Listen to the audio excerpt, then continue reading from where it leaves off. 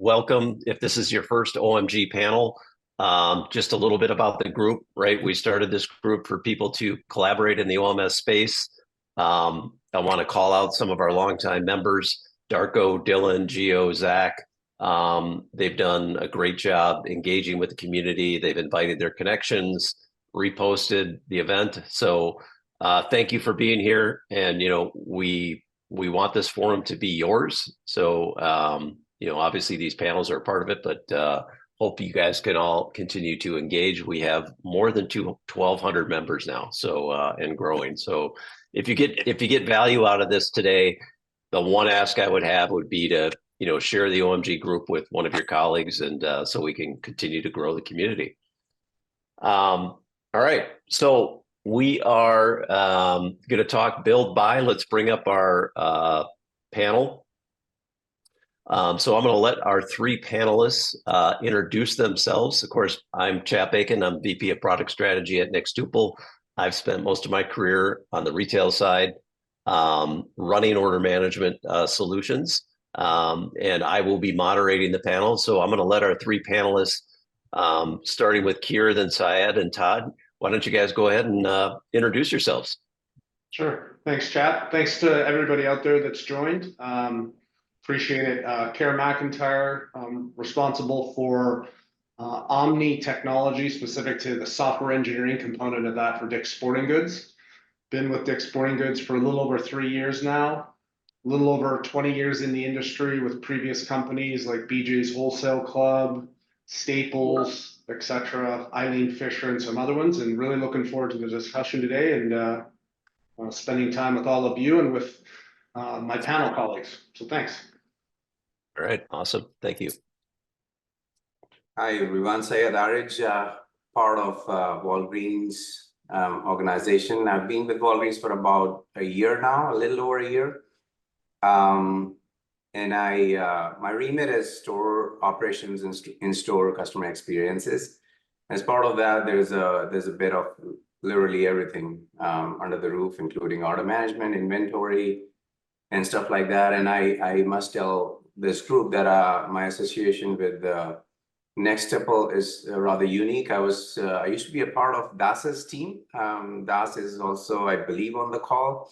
Hi, Das. Back in the day when I was at Walmart. So that's how long the association has been. Thanks for having me. Yeah. Go ahead, Todd. Good afternoon, everybody. This is Todd Treonze. I'm the SVP and CIO for Brooks Brothers and Reebok. Brooks Brothers and Reebok are 2 of 7 brands underneath the Spark portfolio of brands. And I actually have accountability for the order management technology across all 7 brands within that portfolio. I joined retail in 2010 and immediately got pulled into my first OMS implementation back in 2011 with Ann Taylor and Loft, and have had the great joy of being involved in OMS implementations over the last dozen plus years at a number of different retailers. Ann Taylor and Loft were acquired by Achen, where I met Keir, and we worked together on OMS there. And then I joined Brooks Brothers in 2017, and we rolled out a new OMS system starting in 2018 there. And now I'm part of Spark Group, and we've been doing a lot in the OMS in point of sale space over the last 2 years here. So excited to be part of the call today and share some ideas around the topics we're going to talk through. All right, awesome. Thanks, guys. So as you can imagine, we tried to get across these 3 panelists different perspectives on build buy. That'll come out obviously as these guys start talking. But before I get into my questions, I want to make sure that we have a chance to poll the audience here and get any questions. So if you came into this panel with a burning question, something you'd love to hear these guys talk about, drop that into chat right now, if you would, on the Zoom chat, and we'll collect those. And then throughout, we'll try to address those questions if we have time at the end, or we'll intersperse them as the dialogue goes. So if you have a question that you'd like to see these guys talk about, take a minute now and drop those in there. And I'm going to go to my chat here. All right. So while people are dropping those questions in, let me just let me start to set this up, right? So obviously with fulfillment data moving up the shopping funnel, real-time inventory, accurate estimated delivery days, multiple fulfillment options, lots of fulfillment complexity. You know, the OMS is finally playing a much bigger role in website conversion. And I could make the argument the OMS is now the same importance as the e-com shopping experience has been. And so I think a lot of folks, what we're seeing is a lot of folks are now considering, of course, more ownership in the OMS domain because of that importance. And so this panel is going to debate, you know, how far should we dip into that ownership, and what are the pros and cons of you know, what we're seeing is this shift of people wanting to take more ownership, but maybe not having all the necessary tools, teams, experience to do so, and how to get there. So with that, I'm going to jump into my first question. You can, yeah, there we go. And my first question is going to go to Keir, and then I'd love, you know, Todd, Syed, you guys to give your opinion on this as well. But, you know, in terms of building, what was it that you did to convince the leadership at your organization on going down the journey to build OMS components in the first place? How did you go after that? Yeah, great question. So just to provide some insight, right? When I joined Exporting Goods, they had started a little bit on the path. So I'll tell you kind of what we did to spark it and accelerate it and continue the momentum, and how I would do it even going forward if I was entering a new organization, just so that there's some continuity. But I think the first thing when I think about building, and by the way, this would apply to build or buy, is one, you have to have a business strategy that you're laddering up to, right? That's number one. And then your technology strategy has to be a part and alignment to that, right? So there's cohesion there and continuity. From there, then you want to start to think about what's the vision for the space this is representing, right? Because this may or may not fit into a multiple set of domains. And how does that vision and that purpose show up? And that can show up in terms of like value, which is super important. That can show up in terms of capabilities, right? And where you're headed with that vision. You want to think about risks, right? You want to think about where your organization's at from a technology perspective. And these things are all interconnected that I'm talking about, right? But I'm starting with the highest, working our way down. You want to think about the way you want to sequence it. You want to think about what you can afford. You want to think about where the org is at.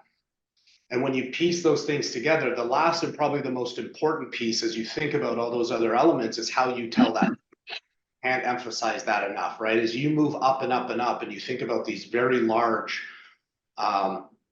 ecosystem, multi-connected domains, right? Product domains, if you're in that model or whatnot, and how they all interweave with each other. The storytelling around all those components is super, super important. That becomes actually more of the lever in terms of how it gets over the hurdle, to be quite honest with you. All those components feed into the storytelling, but how you tell that story to a CFO, to a CEO, to an executive, to your CTO, et cetera, and how you tee that up is super, super important. And how you're bringing those people for that journey and that storytelling. So when you go in, you've already rallied the support behind you. Right, right. And what was the what was the time frame that took in terms of that, all that storytelling and getting that alignment? Was that 2 months, 6 months? Yeah, it kind of varies by company, to be honest with you. Like I give you an example at Eileen Fisher, it was pretty quick. We were able to turn it around within, 6 months or so. And some may say, hey, boy, that still seems pretty long. But if you have to craft the business strategy or work on the technology vision, that's where some of the time comes in. At Dick's Sporting Goods, because we had started it, it was more about making sure we shaped it up and hardened it a little bit and then went after it. And there were other components that were more important than others in the journey. So that one didn't take as much, but still all those components were in play. So I think it depends. And again, that's sort of, where is the organization you're coming into? Where are they at? How are you meeting them where they're at? That's why all those pieces are so important. Yeah. Okay. Yeah. Syed, thoughts on that? Yeah, I completely agree with everything that Keir said. I think one of the things that I have personally found really beneficial is if you're able to highlight the importance component of that capability as it pertains to the value chain of the company or the organization that you are a part of, or the function you're supporting as well. If it's an integral part of the value chain and it could potentially become a key differentiator at some point, then I would press really hard. And it's rather relatively easier to convince, quote unquote, people around you that this is an important aspect that needs to be built. I think Keir mentioned, I was counting that, I think 4 times where the company is at. And there's a reason why he did that, because it's super important. It's not just about throwing out words like platform modernization and transformation, digital. You got to back that up with the funding and data and the resources that you need to build a module of the nature of an OMS, or within OMS certain components like sourcing and inventory management, etc. So yeah, plus one to everything Keir said too. Yeah. Yeah. Todd, you want to add anything there? Yeah, so it's been interesting looking at after this space now for over a dozen years. When I first started in it, it almost felt like you were building, even though you bought a package, because the capabilities, it wasn't a configuration framework. If you wanted extensive logic around markdown minimization and trying to find that unit that was going to sell for less the next time it sold and get rid of it fast, that wasn't something you could configure for. You had to code. So I think when we first rolled out the OMS at Ann Taylor and Loft back in 2012, there was over 1.5 million lines of code that went into a package to make it work the way we wanted it to work, right? So I might as well have built that system back then. These days, with the cloud platforms and portfolios and the infrastructure you get out of the box, it's a little bit of a different ballgame. My thinking around buy versus build now is more focused around the edges, right? Where is there a capability that the package doesn't have that is something that's important to my business stakeholders? I don't have the luxury of having a deep bench internally from a tech team to go start to build something myself. But if there's a requirement that the business needs and there's justification for, we'll figure out a way to build around the edges for those types of capabilities. A good example of one that we've done more recently is in rolling out a number of the Spark brands last year with Aeropostale and Eddie Bauer.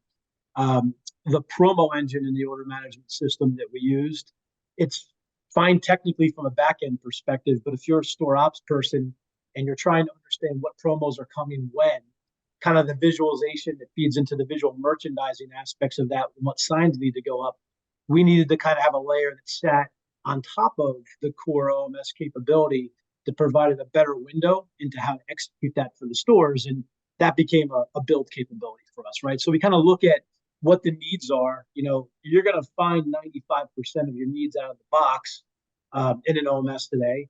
We'll talk about the commercial aspects of what that means in a little while, but I think you can find a lot of it out of the box. It's just an appetite from a commercial perspective. How much are you willing to pay for what's out of the box versus building it yourself and be able to manage that ongoing cost structure in-house? Yeah, that makes sense. And so, Todd, you're our representative buy guy on the call here. So just expand on that, if you will. In terms of your considerations, you just mentioned 95% of the features you feel are addressed in the core OMS.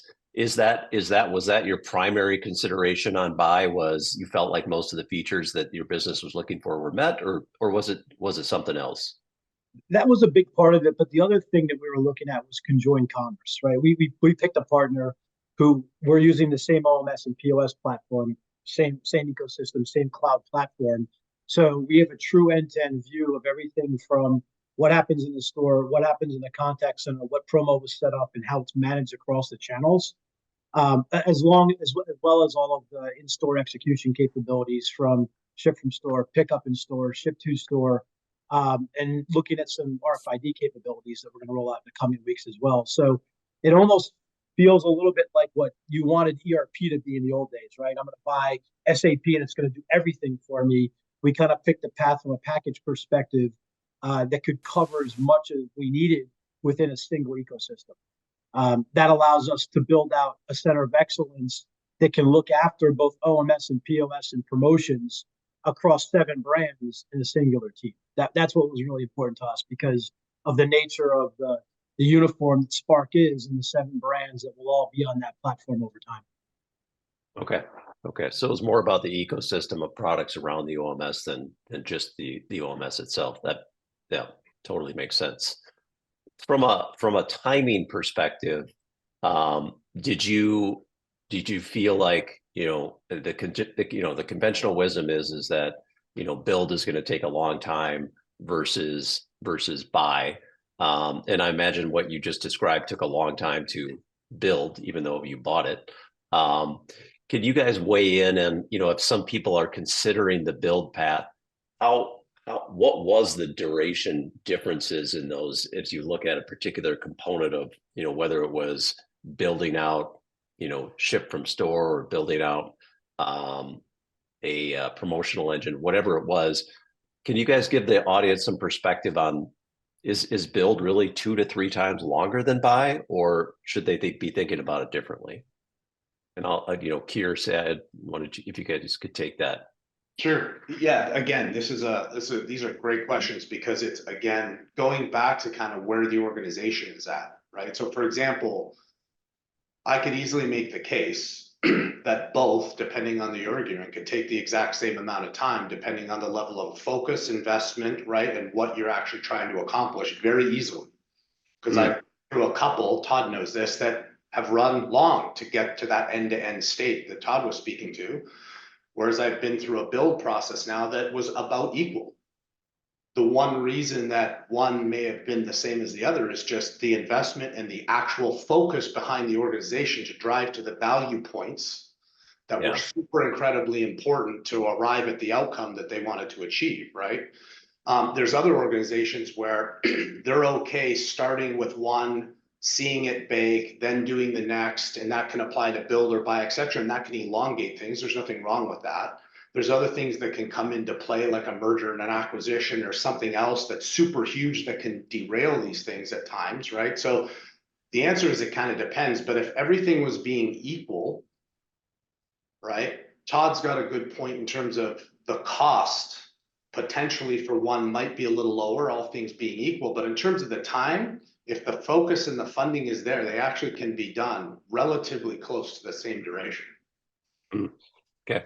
Syed, would you agree with that point? Yeah, completely agree. I think in certain cases, what I've seen is that build might even take, it could be much faster than a buy. Decision making in an RFP and an RFI and approvals and contractual negotiations. Some of that I'm sure you guys have also seen, Chap. So it depends on whether you have the right talent that you can tap into immediately. Then build becomes much easier. And I'll give you an example to make it more real.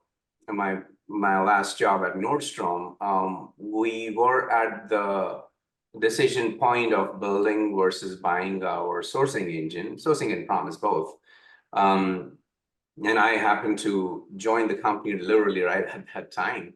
So a lot of that decision making rested on me too, in addition to convincing others. So when we decided to build that functionality in-house, from concept to launch, it was literally 90 days. Wow. Yeah, and yeah, one could argue that there were not a lot of bells and whistles in the launched product, but obviously that's the part of the iterative model that we were in. So yeah, it's absolutely possible to speed things up if you have the right intent. Yeah. Okay. I'm gonna bring in an audience question from Darko.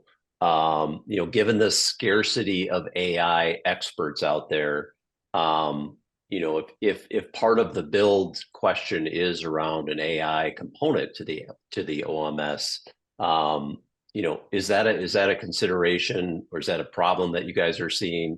And how feasible is it for businesses to develop some of those capabilities in-house, or should they be staying on the buy side of that equation for now as that kind of matures?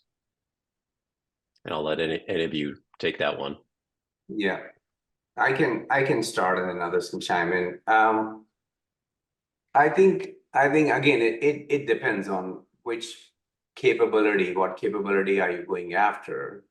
Going the same example of sourcing and promise, there is a lot of potential to leverage AI, machine learning, at least, to make it better, make it more predictable.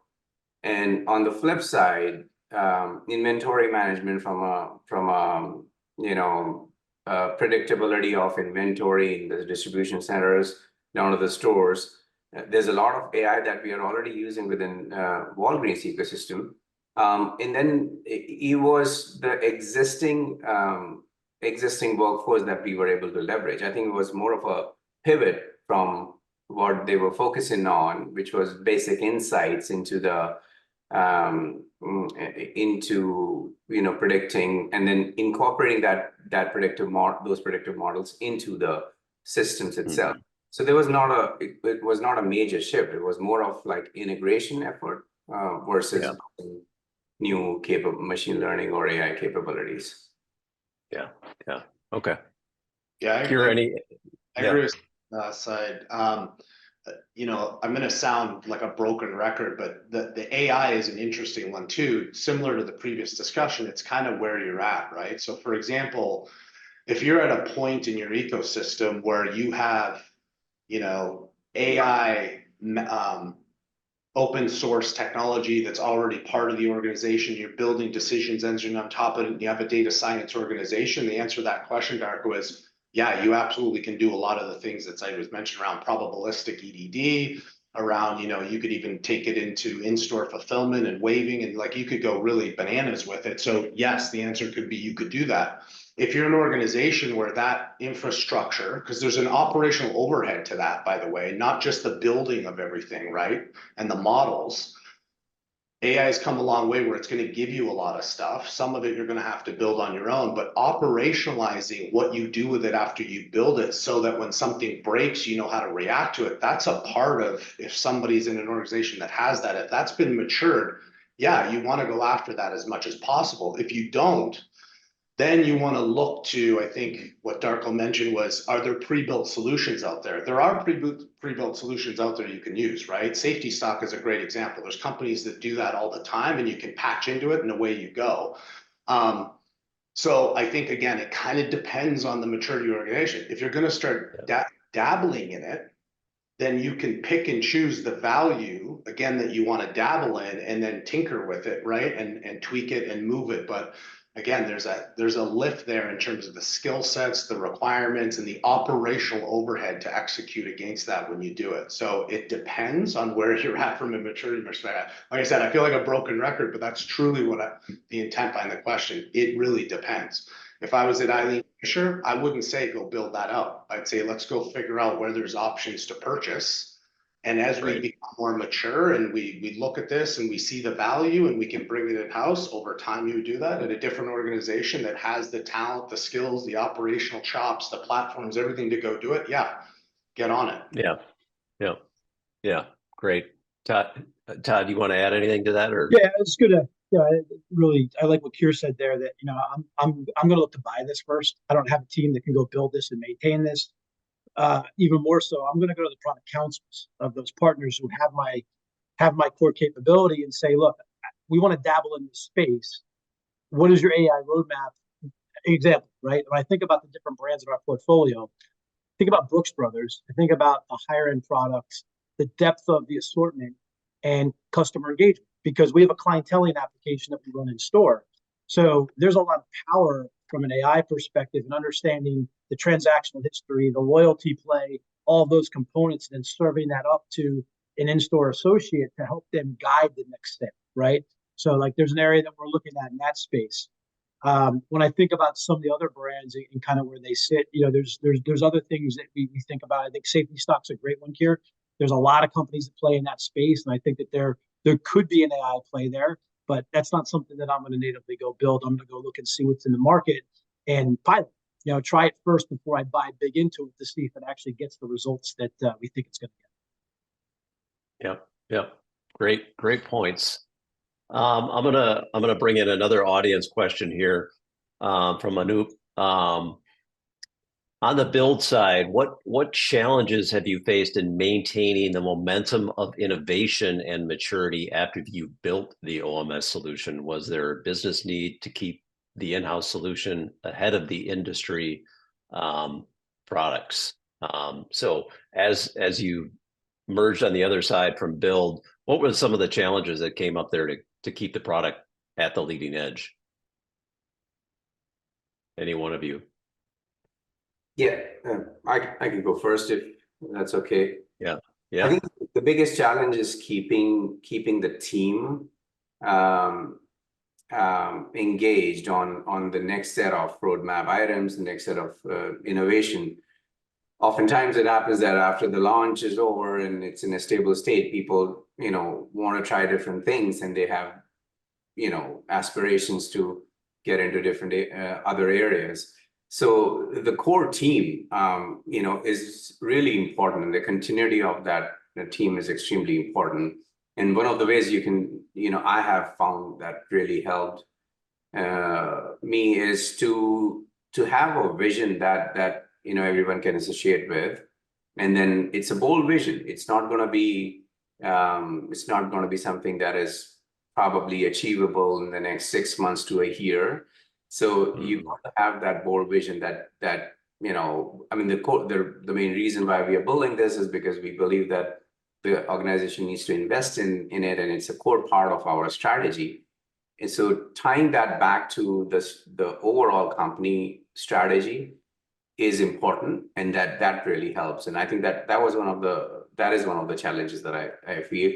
And the other is, if depending on the organization's desire, and back to what Keir said earlier, that intent, right? Do you even have the line of sight to next 2 to 3 years of supporting the product or platform? Right. That could be a challenge too. Okay. Yeah.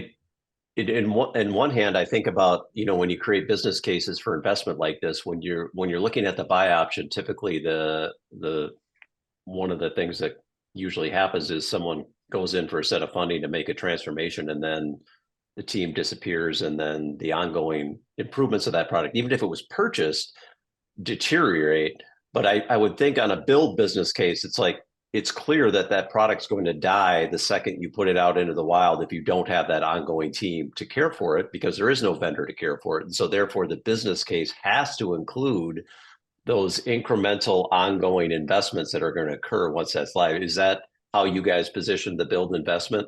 I'm assuming. Yeah, absolutely. I would say, yeah, you got to have that sort of future perspective too. Yeah. All right. Yeah. Great. To piggyback on that a little bit, Chap, right? The business case to get it going and moving into that and executing it is one thing. The ongoing the challenges and whatnot, that's depending on if you're in a builder or buyer, you're also in a product model. Some of that is just organically going to happen, right? In those situations where you're on a build and you've built something, those teams don't necessarily go away, especially in a lean product model, or if you're in some sort of product model. So what happens is you're constantly iterating on value, you're constantly iterating on the product, you're constantly putting features, right, and capabilities and outcomes out there, etc. The challenge in this model right? On the build side, and I think Syed talked on it, is a couple things. One, it's how are you leveling up the talent and keeping your talent front of mind so that that baseline every year is growing and you're growing them in terms of, because the marketplace isn't going to change in terms of growth and new things and opportunities and, you know, pushing the envelope and values and capabilities, et cetera. So that's one, is the talent front. I think the other is technical debt and quality, right? So when you're in a build mode, by the way, this applies to buy, it's just slightly nuanced, but the constantly removal of tech debt and increasing new technologies that come in that can spark the value to accelerate or change your thinking about how you work with your product team and your business to arrive at value is a part of it. So I think it's those things in my mind. And then how are you staying up with innovation, right? If you have that team or you see what's in the marketplace, and are there ways to embed that into your product, right, in a build model? So it's those three things that you just have to keep the dials moving on. It's no different in a buy model. It's just different in terms of what you're responsible for, but you still have to keep your pulse on those things, just in a different way. And Todd, you can tell me if you think I'm wrong, but that's to me some of the challenges I see in both. Yeah, look, I think if you're going to decide to build, you have to have the fortitude like an e-commerce team would have, and have product management, right? To understand where you are, understand what the business needs are for the future, and then how do you get there, right? How do you take the product as it is and continue to evolve it based on the evolving business needs? Because that's the one thing we know, is that the business in this space, from an omni-channel, conjoined commerce perspective, whatever you want to call it, it's changing by the hour, right? The needs of yesterday aren't going to be the needs of tomorrow, and being able to be quick. You know, everyone uses the term agile. I think it's even more than that, in terms of, if you own that technology, you know, from an internal perspective, you've got to be able to rally around that and continue to understand those business needs and the next use cases that are going to drive your future roadmap from an architectural and development perspective. Yep. Yeah. Just to follow, is there any, do you guys across your organizations that you are or have been at, have you seen any organizational specific guardrails on build buy decisions across all the domains in your company? Like, when X, Y, and Z are present, we will never build, or when X, Y, and Z are present, we will always buy. Is that? Yeah, you know, I'll take this one. I mean, we have a set of standards, right? Because of the portfolio companies, we've picked our platforms that we're going to implement across all the brands, right? When something new comes up that's in a gray space, right, where a package may not exactly fit, that's where we're not afraid to think about that from a build perspective. You know, but that's to us, that's the big. If we have a standard, we're going to use our standard, right? If there's a need or a space that we're getting into that we don't have that technology, that's where we're going to be a little bit more open to build something out from scratch. Yeah, Todd, what Todd said is good too, and I'll piggyback on it a little bit. There'll be a slight nuance to it, but like, I'll give you an example, right? I probably wouldn't go build. Well, actually, let me back up. So the one thing about the build and buy too is the products themselves have actually, in the last couple of years, finally started pushing into where we need them to be, in terms of actually maybe making different decisions between a build versus a buy that haven't been there in the past, right? So a lot of these companies, if you were to go back 5 years ago, et cetera, they had products, but they were still somewhat monoliths themselves. Right. So now the break apart, the extensibility framework, so you can get into them, right? The data monetization that they're allowing you to do is allowing you to make a different decision, potentially to say, I'm going to go that route, or I'm going to go that route plus plug another vendor in that actually gives me additional capabilities, whether it's Nextuple or other folks, right, that have a different construct, which is pretty cool. And I'm sure we'll talk about that later. But the other part is, there's some that you may just never want to build. Right. So like a warehouse management system is a great example. I'm not trying to be a jerk about it. I'm just saying, like, I don't know if you would ever go spend the number of focused years to go do that when there's such a level of maturity in it. The product does everything I just said, right? In terms of opened it up, allows you to connect into merchandising and demand planning, and it lets you monetize the data, and like you can extend it into your own cloud. Like, you probably wouldn't. OMS is interesting, E-commerce is interesting. Some folks may say, I still, as I get closer to the customer, I want that autonomy to do it and I have the maturity to do it. Others may say, no, now that the products are mature enough, I'm going to stay with the product. And they'll probably be successful. It's all about, again, business strategy, where your organization's at, right? And how you're going to go after it. Right. I think what I'm hearing you say is that as these products have become more open, the question between build and buy is now a very gray question. Like you may buy a vendor and then build on top of that vendor, right? Yeah. Good. Going back to the guardrails question, any other inputs on that, guys, from your past organizations? Any specific guardrails where you would not build or buy? Yeah, so I don't think you'll find a slide or a white paper on those guardrails in any part of the organization. It's more about the let rationale prevail. Do the due diligence, and I have a mental model that I go with. Like I said, like it needs to be a part of that use case. Needs to be a part of the value chain. If it is outside of it or on the periphery, Keir mentioned warehouse management system or a TMS, transportation management system, or even CMS, carrier management, right? The organization needs to ask these hard questions, whether it makes sense to build some of those capabilities. I mean, it could well be that you want to build a CMS or a TMS because the load balancing and transportation costs are super important to control, etc. But more often than not, you will get a clear answer that no, this is not something that we should reinvent the wheel on. So that's one part of it. The other is, obviously the competitor side of things as well. At Walmart, we would never consider buying from Amazon. Even at Walgreens, we would never do that. But that's more on the Yeah, great. So if you could give the folks here some advice on, we talked about like what needs to be in place in terms of certain levels of maturity in the organization to go down the build. But like if someone was thinking to go down the build path, what would be the characteristics of a small project that they would start that on? Like what, maybe get domain specifically or team specific, but what would be the characteristics if you were to pick a pilot to begin this build journey? Give the team some advice on that. Yeah, and this goes back to Syed, Chap, sorry, I didn't mean to interrupt. Do you guys want to go first? Do you mind if I build it? Okay.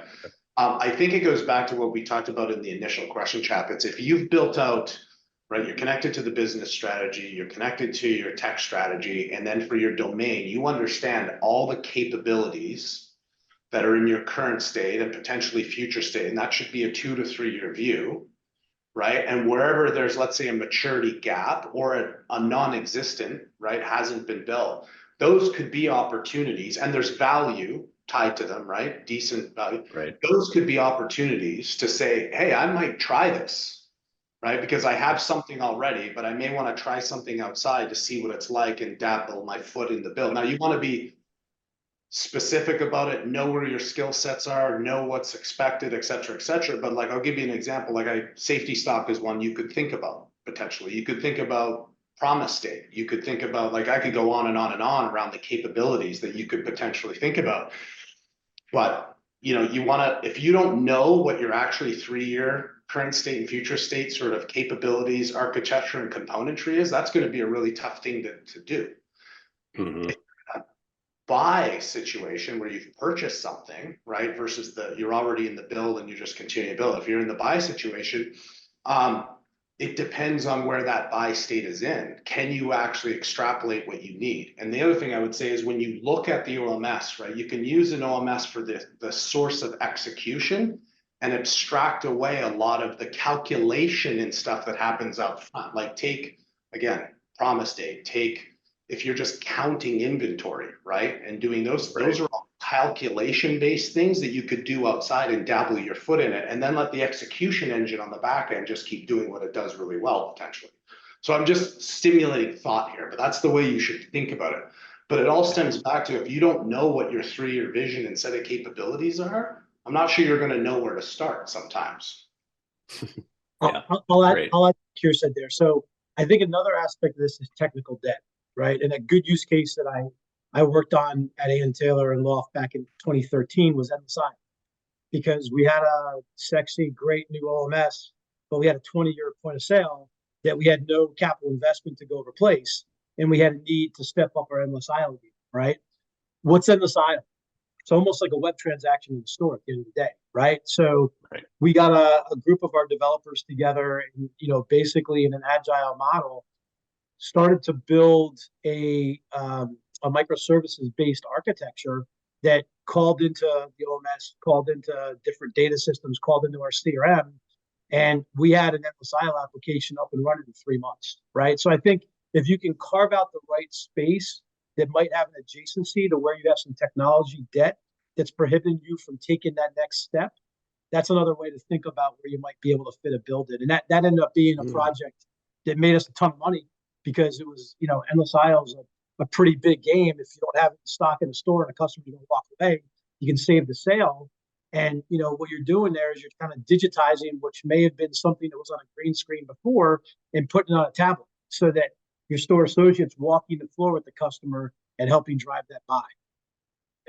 Yeah, great example.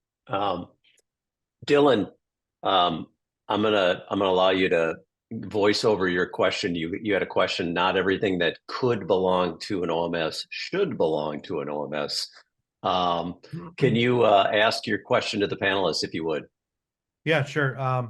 It's a little beat up on some vendor offerings that are out there, but it's the reality, right? And I'm responding to Suresh right now too, from a capability standpoint, domain ownerships.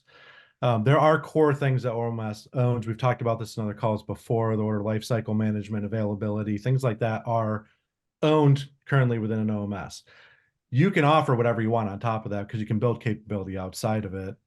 There's Darpin threw a joke out there about Nextuple's studio and how this offers that kind of capability on the outside, but it's real. It's something to think about is, are you aligning the capabilities with an OMS should do, or are you aligning it with what it could do? Very often we find ourselves evaluating software, and we ask what somebody's asking for from a business perspective. And this comes back to the core of my original question. Somebody says they want to accomplish some business capability. An OMS provider might have accomplished that.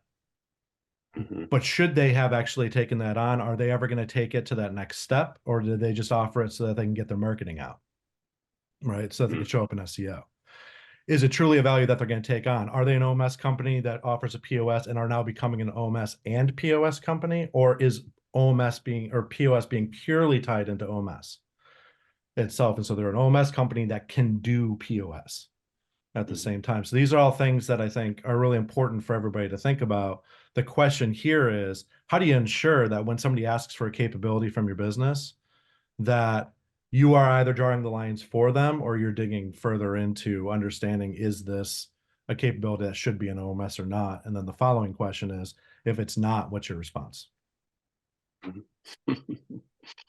That's a great question. It's funny you asked that, Dylan, because I did send a note to Chap a few days ago that, hey, when we're talking about OMS, what do you mean by OMS? I feel it's high time that we start breaking it down, as a Nextuple or a Walmart or Walgreens or what have you, and start talking about capabilities, because it really confuses the heck out of people, organizations, when you say that, hey, this is OMS, and then the ownership, then we talk about pods and teams, etc. A capability is a much better construct that we should attach ourselves to. To your question more specifically, though, when I do not look at those boundary conditions. I do not look at whether it's part of OMS or not. Quite frankly, it doesn't matter. What is the value that capability is going to unlock is the real question to ask and address, right? And then whether we should build that capability or buy it, right? I think that's how I think about it, and I encourage my folks, my teams, to align to that too. Great, yeah. Todd, I Keir, agree any- highly with most of what you said. The one part that I would challenge is agreed, it's the value and the outcome of the capability. But I would still say when you come back to your organization deciding if you're going to build or you're going to buy, you're going to want to target the right solution in the end, and the right solution maybe on the other side of that boundary. So identifying that this is a capability we need to do, but perhaps we need to think about this a different way. Perhaps this is a different track of work in parallel to OMS, along with OMS, whatever's going on. That's where my domain kind of conversation is coming up as companies are getting more API first. They're doing the capability driven organizations, and they're actually doing these maps of where everything lives so that they can have true ownership and move. Yeah. Every time that we allow something to, I love Todd like talking about the promo piece, right? It's every time you cross that boundary, if you tried to let OMS's promo capability drive what you needed and shoehorn it in, it probably wouldn't have done anywhere near what you actually needed it to do, because it's not really an ownership piece. And then there's part of the offering to simplify for people who probably don't have a promo engine or something like that. So that's more say, I don't disagree with you whatsoever. Yeah, no, I on would that agree. side. It's just kind of Absolutely. cutting that line sometimes. Yeah, and Dylan, I might add to what Syed said, which is spot on. I think the other piece to this, and Syed, you can tell me if you agree too, but Dylan, like in our organizations, we're fortunate enough, not everybody does, that we have architects and whatnot, domain architects, solution architects that come down with the engineering and the principles, and we sort of map. So again, you hear me harping on capabilities and value significantly, because the only way to understand what's important, and then to get to your question of where should I put it, in essence, if you haven't done that work and created those domain maps and understood the capabilities and the value tied to it, then it's about, okay, if I'm going to build, you don't need to worry about necessarily right where it's going to live. You're going to have created those domain and solution views with your product partners and your architects, and you're going to go. If it's a build, you're going to take that knowledge of what you've just done and you're going to evaluate. And if you have the right folks, that evaluation should tease out whether it's this or this. There might be also other partners in there that let you still use an OMS for that execution piece, but then you can build the other componentry on top of it the way Nextuple Studio does, right? So it's that the next step in that is the evaluation part, right? That I think is what you're talking about. If you've done that legwork up front, the evaluation then should lead to where you want to put it. Yeah. Thank you. Thank you, Dylan. Great question. Let's talk about the business side of this. In your organizations, what role do the business owners play in this build buy decision, if any? No, go ahead, Todd. Honestly, I think in a way they play the role of defining the capabilities they need, right? Yeah. How they are solution for kind of becomes the technology group's decision point, right? At least in my world, the business is saying, I need a tool that allows me to represent my promos this way. I decide if I've got a package or I have to build, right? And they will be very vocal about that. I know when we were looking to roll out the OMS and the POS for AeroPost style, they were very passionate about the need to have this other tool, that they had a legacy tool that did something that Manhattan wasn't going to do on the point of sale or OMS. It just didn't exist.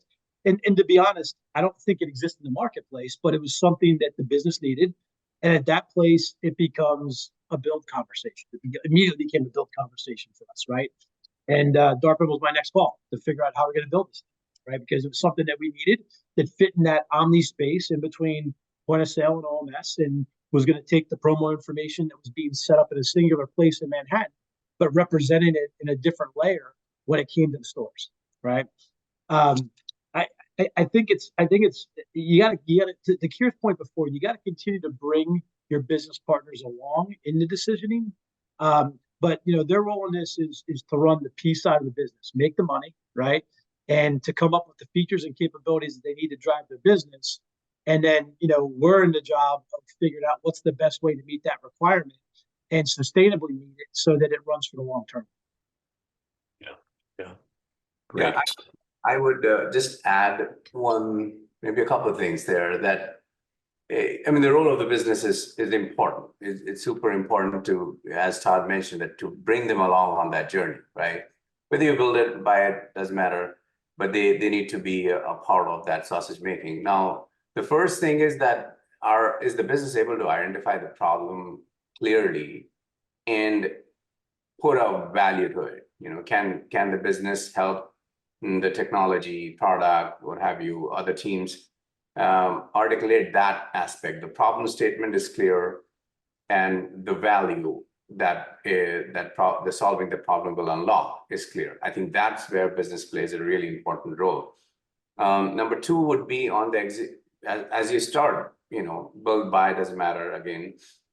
As you start, developing that capability, then the business needs to be in the know of whether we are building to the specs and it is really hitting or addressing the problem, or is it tangential to it? So you don't want to surprise the business that, hey, we have this new amazing product, now you start using it.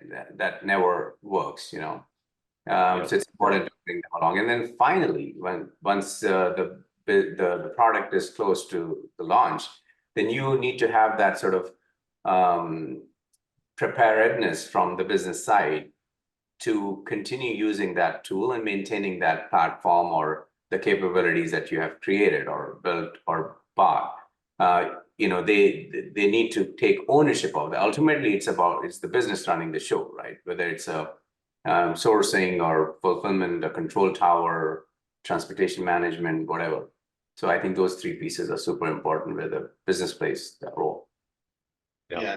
The only pieces I would add to that is one is the short answer, I think that you're hearing from Todd, Syed, and even myself right now is going to be they're co-creators in all of this. Now, the level of maturity is, I think, where Todd and Syed were going, is it depends, right? In some cases, the level of maturity of the business plays a role in terms of how we need to show up as technology leaders. And in some cases, you may have to guide and lead and lean in and shape and form, right? Because depending on where they're at, you have to play that role. But the goal should always be to ensure that they become co-creators in various parts, if not all of the end to end, whether it's build versus buy, because that actually ultimately is what's going to create success. Yeah, great. I'm gonna. We've got about 5 minutes here. If you've been listening to this conversation and you've got a question that you'd like the panelists to weigh into, we're going to unmute folks here. So I'm not going to call on anyone, but if anyone wants to raise their hand, we'll call on you and get your question addressed.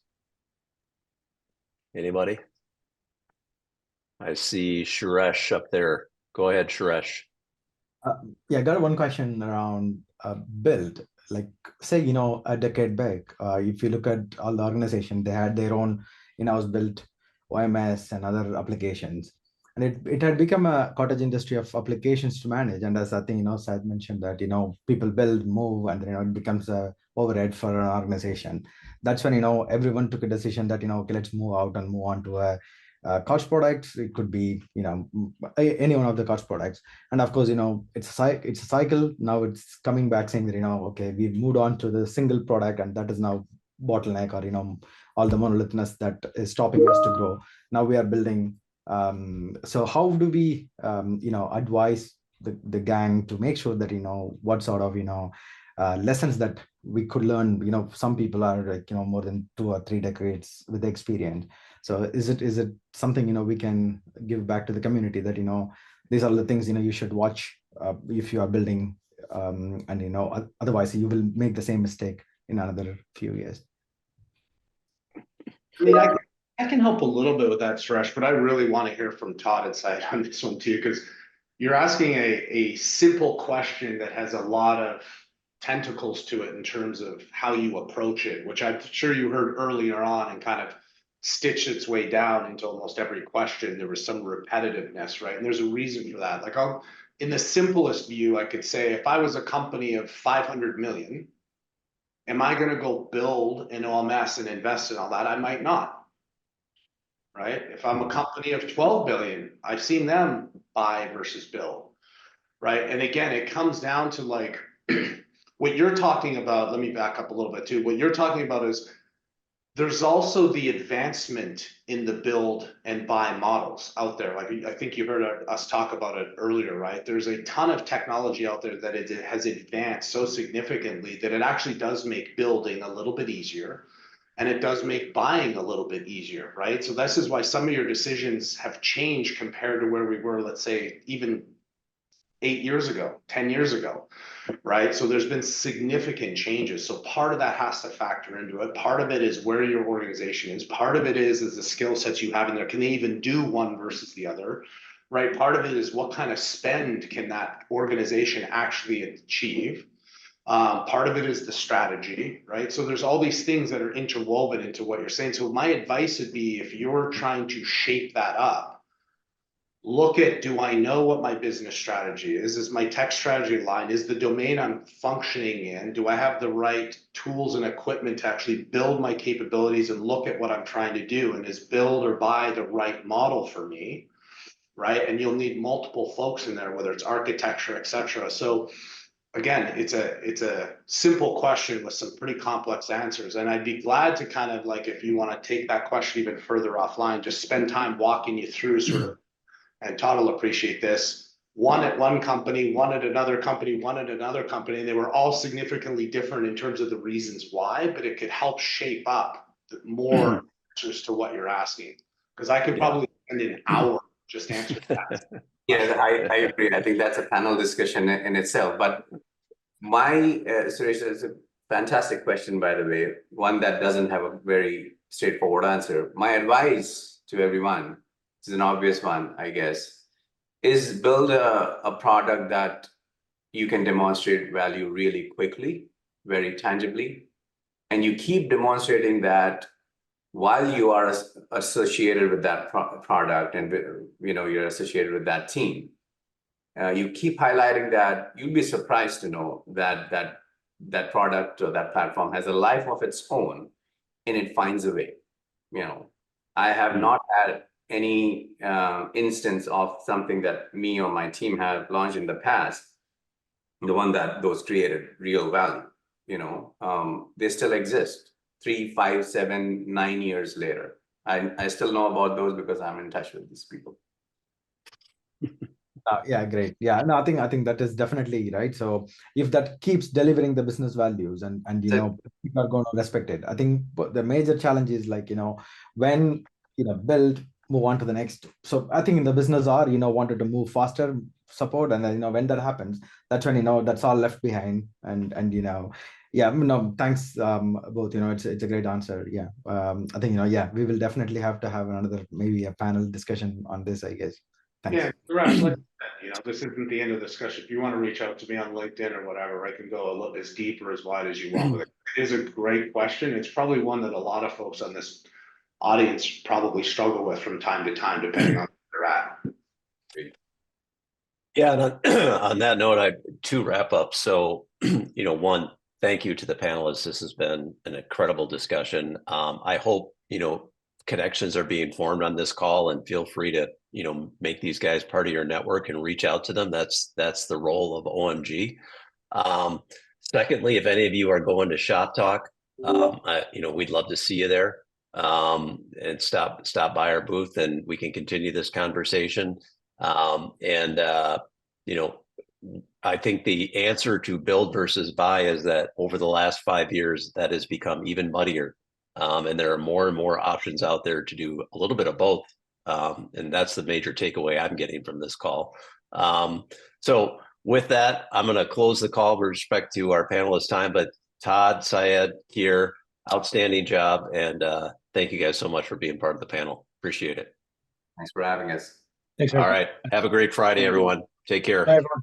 Thanks, everyone.